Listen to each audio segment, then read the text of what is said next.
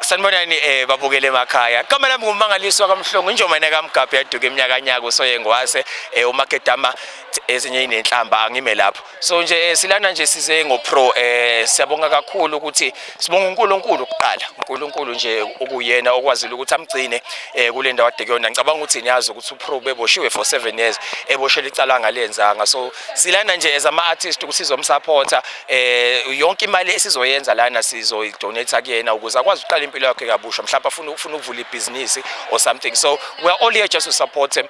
We just want to thank God ukuthi ukwazile ukumgcina lapha ngaphakathi ngoba siyazi ukuthi kunzima ngaphakathi. So siyabonga kakhulu sibonge nakubafo nje for doing this for uPro ubafo losvidorizer. Mhlawumbe uzoyiphendula iCamera iveze kodwa ke ngelinye ilanga asibongeni kakhulu nje sibonga kakhulu ukuthi nikwazi ukuthi nibe kanye nathi kule initiative esenza for umngani wethu. Siyabonga kakhulu.